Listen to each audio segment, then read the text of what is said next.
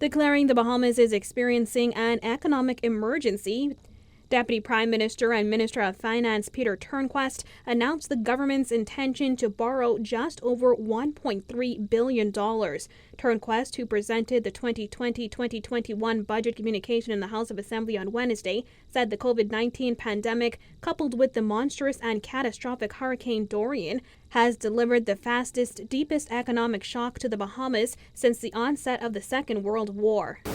Now, therefore, that this House, 1, authorizes the Minister of Finance to raise by way of loan or loans the sum of $1,334,243,433 in such currency as the Minister may determine. That was Turnquest tabling the borrowing resolution that authorizes the Minister of Finance to raise by way of loan just over $1.3 billion. As he outlined the country's grim economic outlook in the near term, Turnquest told parliamentarians that the 2020-2021 budget is unlike any budget the Bahamas has ever seen before, as he insisted the past 9 months have been unlike anything the country has ever experienced due to Hurricane Dorian and the COVID-19 pandemic. Turnquest also revealed that the deficit is projected to rise to $1.3 billion in the next fiscal year. We expect to run a deficit of some $1.3 billion, or 11.6% of GDP in the new fiscal year. This imperative of investing in a strategy like the Resilient Bahamas Plan, coupled with the associated revenue loss from subdued business activity, will result in an unprecedented fiscal deficit.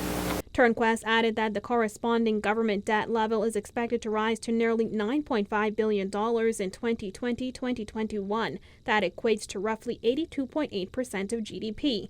He explained that the unprecedented fiscal deficit is due in part to flat revenue collections and increased expenditure. He said revenue is expected to decline to $2.1 billion and expenditure is expected to rise to $2.8 billion at the end of the 2019-2020 fiscal year. Despite the unprecedented numbers, the DPM promised no new tax increases and no civil service layoffs.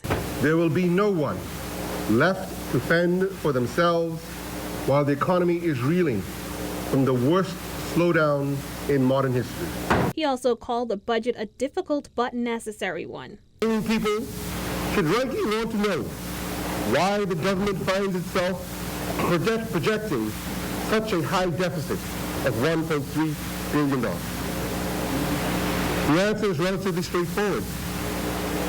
It is because the alternative approach and options are much worse.